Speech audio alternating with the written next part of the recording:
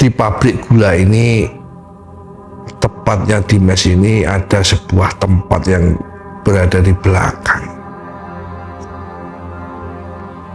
Ya, kita sebut saja seperti kamar. Itu tidak boleh dibuka. Gunawan ini mempunyai rencana bahwa nanti ketika dia sudah berada di pabrik gula, dia akan kembali ke mes untuk melihat apa yang berada di kamar belakang mes. Ternyata sosok itu mengucapkan terima kasih kepada Gunawan karena telah membebaskan dia yang bertahun-tahun lamanya dikurung di dalam ruangan di belakang mes.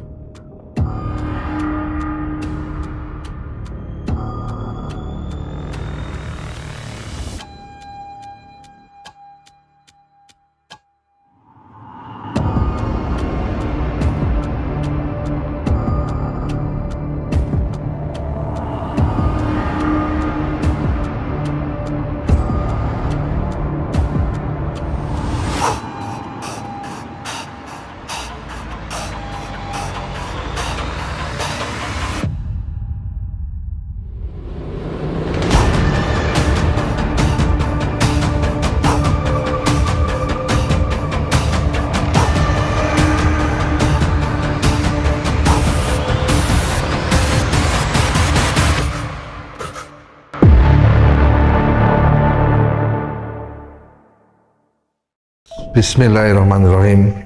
Assalamualaikum warahmatullahi wabarakatuh. Selamat malam. Kali ini Ruang Malam akan menceritakan sebuah cerita yang diceritakan oleh narasumber Ruang Malam yang kita sebut saja namanya Pak Topan. Pada tahun 2013, Pak Topan masih bekerja di sebuah pabrik gula yang berada di Jawa Timur. Pada waktu itu Pak Topan seorang satpam ini kedatangan pabrik gulanya ini kedatangan beberapa tamu, yaitu 5 orang tamu yang berasal dari direksi. Seperti biasanya para direksi yang masih muda-muda ini diantarkan oleh Pak Topan ini ke sebuah mes. Di situ salah seorang direksi ini yang kita sebut namanya Gunawan.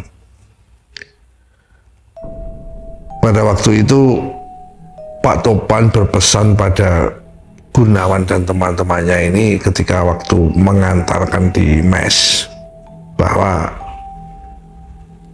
di pabrik gula ini, tepatnya di mes ini, ada sebuah tempat yang berada di belakang. Ya, kita sebut saja seperti kamar. Itu tidak boleh dibuka. Tapi pada waktu itu Pak Topan ini tidak menyebutkan alasan kenapa ruangan ini tidak boleh dibuka. Hanya saja Pak Topan mengatakan bahwa tidak boleh dibukanya ini karena sudah perintah dari sejak dulu, turun-temurun sejak zaman penjajahan Belanda dahulu, sampai berganti-ganti pimpinan sampai sekarang. Pimpinan sekarang juga mengultimatum Pak Topan untuk memberitahukan kepada semua tamu yang ada di mes untuk tidak membuka kamar yang berada di belakang mes. Tetapi sebelum melangkah lanjut ke cerita Pak Topan ini, saya ingin mengucapkan terima kasih kepada teman-teman Sobat Ruang Malam yang sejauh ini telah mendukung channel kami. Mudah-mudahan kebaikan teman-teman dibalas pahala yang berlimpah oleh Allah Subhanahu wa Ta'ala. Dan bagi teman-teman yang belum mendukung channel Ruang Malam, kami berharap untuk segera mendukung channel Ruang Malam dengan cara share, like, dan subscribe. kembali ke cerita Pak Topan. Setelah mengatakan itu, akhirnya Pak Topan ini berpamit untuk kembali berada di pos jaga yang berada di depan mes. Pada waktu itu kelima orang direksi ini termasuk Gunawan ini langsung masuk ke dalam kamar mereka masing-masing di mes. Tetapi seorang Gunawan ini adalah seorang yang tidak percaya akan hal-hal gaib. Sejak sekolah, dia tidak percaya dengan hal-hal gaib. Sampai ketika dia diterima bekerja di sebuah perusahaan yang mengelola pabrik gula. Dan di situ dia mengerti bahwa setiap pabrik gula itu mempunyai cerita-cerita mistis. Gunawan ini yang berada di kantor direksi, dia punya keinginan ketika nanti dia berada di daerah untuk meninjau pabrik-pabrik gula, dia ingin merubah pola pikir, pola budaya pabrik-pabrik gula yang berada di daerah-daerah itu untuk tidak percaya dengan hal-hal mistis. Keinginan dari Gunawan inilah yang ternyata membuat bencana banyak orang dan membuat Gunawan sendiri akhirnya menderita sakit. Awalnya ketika Gunawan ini mendapatkan omongan dari Satpam tadi, dari Pak Topan, hal itu membuat dia mulai berpikir.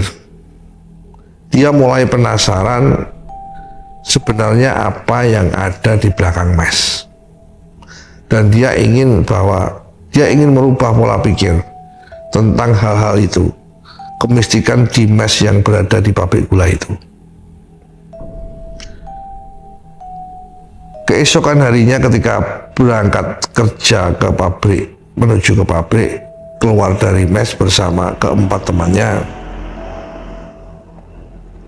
Gunawan ini mempunyai rencana bahwa nanti ketika dia sudah berada di pabrik gula, dia akan kembali ke mes untuk melihat apa yang berada di kamar belakang mes. Benar saja, setelah sarapan pagi sekitar pukul 9 pagi, teman-temannya ini masih berada di pabrik, berbincang-bincang dengan karyawan-karyawan pabrik di sana. Gunawan ini menyelinap, dia kembali ke mes tanpa sepengetahuan teman-temannya. Dan di mes itu kebetulan sekali pada waktu itu suasana sangat sepi. Ibu mes yang biasanya dengan beberapa buruh mes di situ yang biasanya menyiapkan makanan ini ternyata juga tidak ada di tempatnya karena sedang belanja di pasar dan belum pulang. Sedangkan Satpam yang biasanya berada di depan hari itu juga tidak ada, sehingga pada hari itu Gunawan ini seperti bebas dia untuk melihat apa yang dia inginkan. Dia langsung menuju tempat yang berada di lokasi belakang mes. Benar saja di situ dia melihat ada sebuah kamar yang terletak tersendiri di belakang mes. Pelan-pelan dia melangkah kakinya menuju kamar itu. Dan pada waktu kamar itu akan dibuka, ternyata memang kamar itu terkunci. Dan di situ ada tulisan dilarang masuk atau dilarang membuka pintu di situ. Tetapi karena penasaran, Gunawan ini melihat kiri kanan apakah ada obeng atau apa yang bisa dia gunakan. Ternyata di situ dia menemukan sebuah obeng yang akhirnya dia ini dengan secara paksa membuka baut-baut yang ada di pintu itu, sehingga akhirnya pintu itu bisa terbuka. Dan ketika Gunawan membuka pintu itu, pada waktu itu sekitar pukul 9 lebih sedikit, tiba-tiba ada angin yang sangat besar yang keluar dari ruangan kamar yang sudah tertutup lama sekali. Bau amis dan bau pengap langsung menyeruak di hidung Gunawan. Dan pada saat itu juga Gunawan merasakan bahwa bulu kuduknya ini merinding. Di situ dia langsung teringat apa yang dikatakan oleh Pak Topan. Tetapi pelan-pelan Gunawan ini tetap dia masuk ke dalam kamar itu. Dan pada saat dia berada di kamar, bau yang sangat amis itu semakin menyeruak. Dan tiba-tiba Gunawan ini mendengar suara seperti auman yang menambah perasaannya ini semakin takut. Akhirnya dia langsung keluar dari kamar itu dan menutup pintu itu dan mengembalikan baut-baut tadi seperti semula sehingga pintu itu tertutup kembali, dan dia bergegas kembali ke dalam mengikuti teman-temannya ke dalam pabrik. Dari situ Gunawan ini mulai berpikir, dia mulai ketakutan, dia mulai merasa ada yang aneh dan ada yang salah dengan dirinya. Karena kekonyolannya dia tidak percaya dengan apa yang dikatakan oleh Pak Satpam. Sampai suatu saat ketika pekerjaannya ini menjelang sore selesai, Gunawan dan teman-temannya ini balik ke mes. Pada waktu itu dia hanya terdiam saja, seolah dia berpikir apa yang dia lakukan pagi tadi. Sampai akhirnya menjelang maghrib dan setelah itu makan malam, tiba-tiba teman dari si Gunawan ini ada yang kesurupan. Tiba-tiba dia ini, temannya ini tertawa dengan sendirinya, dan tertawanya ini tidak jelas. Matanya juga mendelik-mendelik seperti orang yang melihat setan. Begitu juga kelopak matanya ini menjadi putih semua. Dari situ membuat Gunawan dan teman-temannya yang lain ini bingung.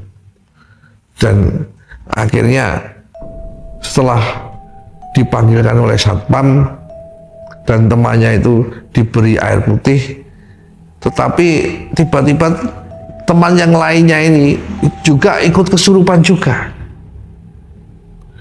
Gunawan semakin bingung. Dia mulai berpikir ini pasti ada kelanjutan dari apa yang sudah dia lakukan tadi pagi. Tetapi dia tidak mau mengatakan itu. Sampai akhirnya oleh Pak Satpam ini dipanggilkan tokoh setempat yang tidak jauh letaknya dari pabrik gula. Setelah diberi doa dan amalan, akhirnya kedua temannya yang kesurupan ini bisa disembuhkan. Pada saat malam hari ketika istirahat sekitar mulai pukul 10 malam, Gunawan ini tidur di kamar mesnya. Pada saat tidur dia menghadap tembok ini. Ketika baru saja memejamkan matanya, Gunawan ini merasa bahwa di depan mukanya ini ada hembusan nafas dan dia merasa ada orang di depan pas mukanya ini.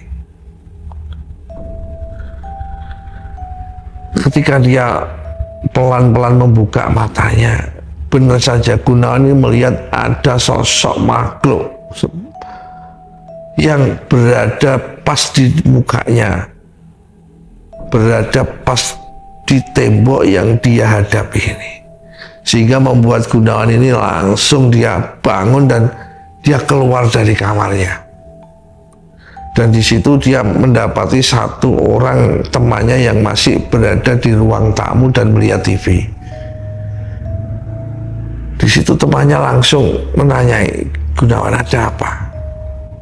Dan pada waktu itu Gunawan menjawab bahwa dia tidak berani tidur di dalam kamarnya karena dia melihat ada sosok persis di depan mukanya pada saat dia tidur.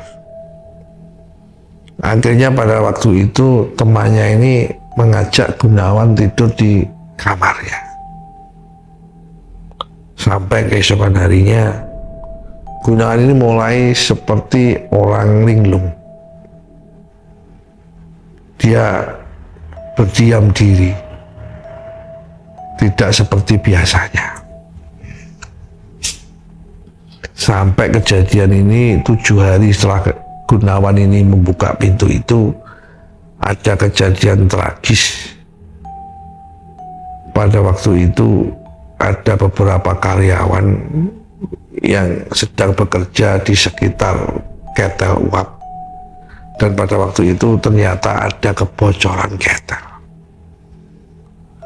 Dengan adanya kebocoran ketel itu, akhirnya uap ini menyemprot dengan kencangnya sehingga mengenai 4 orang karyawan dan mengakibatkan kritis dan akhirnya meninggal dunia.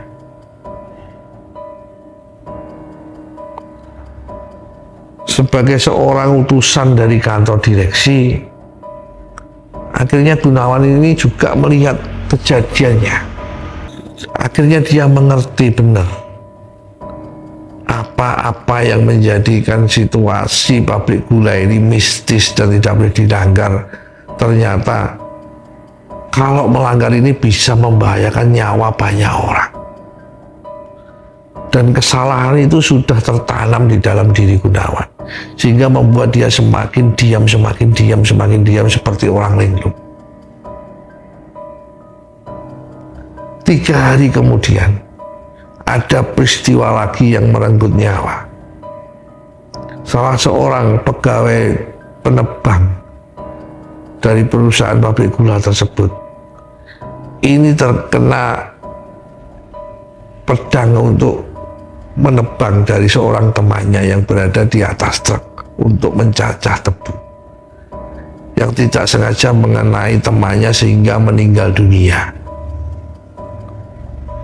Dan kejadian itu membuat mandornya kaget yang akhirnya juga meninggal dunia.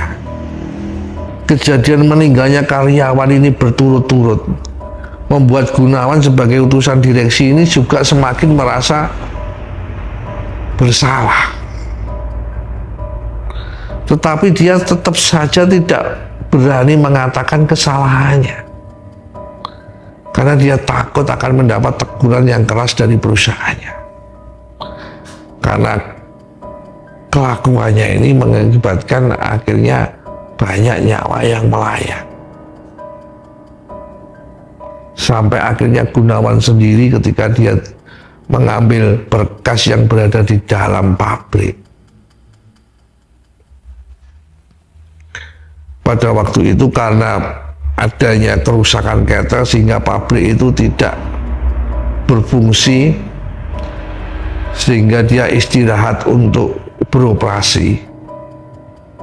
Ketika pada waktu itu pukul setengah 10 malam menjelang jam 10, banyak karyawan yang sudah pulang sehingga di pabrik itu sangat sepi sekali. Di situ Gunawan ini melihat ketika masuk ke dalam lorong pabrik, yang kanan kirinya adalah mesin, yang biasanya di situ banyak pekerja, tetapi hari itu sepi. Dan lampu di dalam ruangan itu juga hanya remang-remang. Di situ Gunawan melihat sosok pekerja, satu pekerja berada di situ. Dia tidak memakai baju, memakai celana zaman tempo dahulu.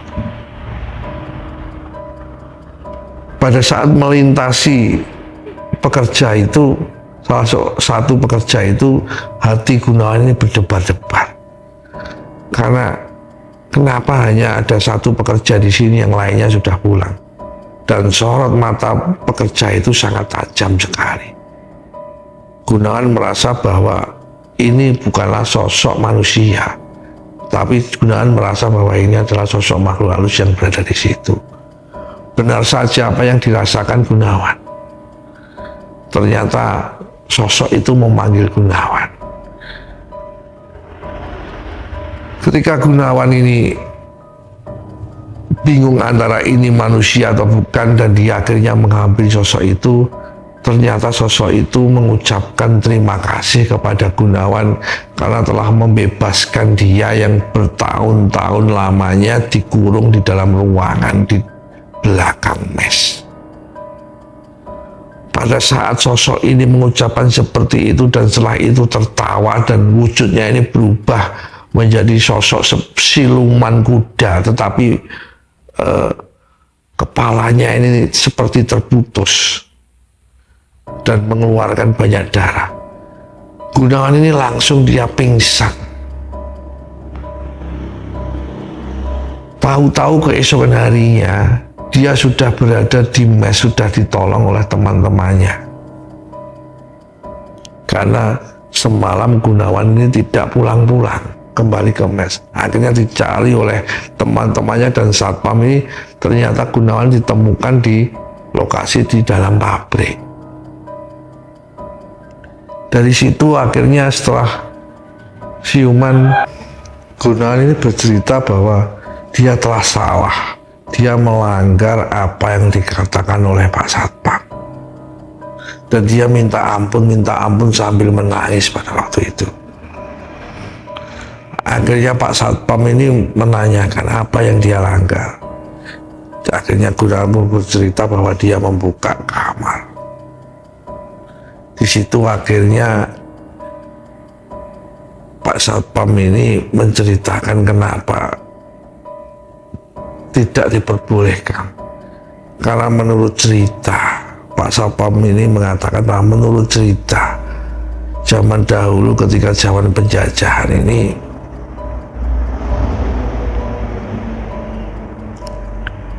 banyak makhluk-makhluk gaib yang berada di pabrik gula itu meminta tumbal manusia setiap giling. Tetapi akhirnya para pejabat dari pabrik gula itu meminta pertolongan kepada tokoh agama setempat, sehingga membuat perjanjian untuk diganti tumbal-tumbal manusia itu menjadi kerbau. Tetapi ada salah satu dari makhluk itu yang tidak mau, yaitu seekor makhluk yang menyerupai seekor kuda yang sangat besar, dan dia sangat jahat sekali. Dia selalu haus darah. Dia tetap meminta tumbal manusia. Akhirnya tokoh agama itu harus berjibaku melawan jin yang sangat ganas itu, siluman yang sangat ganas itu, yang akhirnya bisa ditaklukkan dan diletakkan berada di belakang mes. Yang dulu sebelum dibangun kamar itu adalah sebuah ruangan yang memang digunakan, sudah tidak digunakan, dan akhirnya digunakan untuk mengunci makhluk tersebut. Sampai akhirnya ruangan itu dibuka oleh Gunawan. Dari cerita itu Gunawan ini sangat menyesal sekali.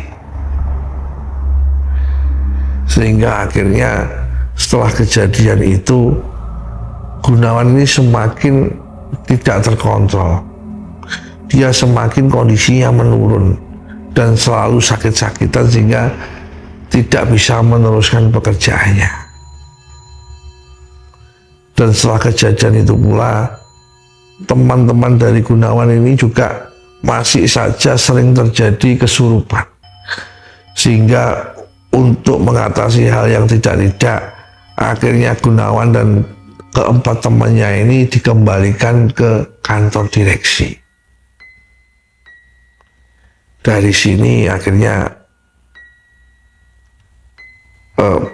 Pak Satpam ini mengakhiri ceritanya, dan dia mengatakan bahwa setelah itu kejadian itu diadakan lagi selamatan ulang, dan mudah-mudahan kejadian itu tidak terjadi lagi, dan Pak Satpam juga bisa menjadi, cerita ini bisa menjadi hikmah bahwa kebudayaan dan keyakinan yang ada di dalam masyarakat atau suatu organisasi tertentu ini jangan diabaikan, karena bisa mengakibatkan sesuatu yang fatal seperti yang terjadi di pabrik gula yang berada di Jawa Timur ini. Sekian, terima kasih. Assalamualaikum warahmatullahi wabarakatuh. Selamat malam.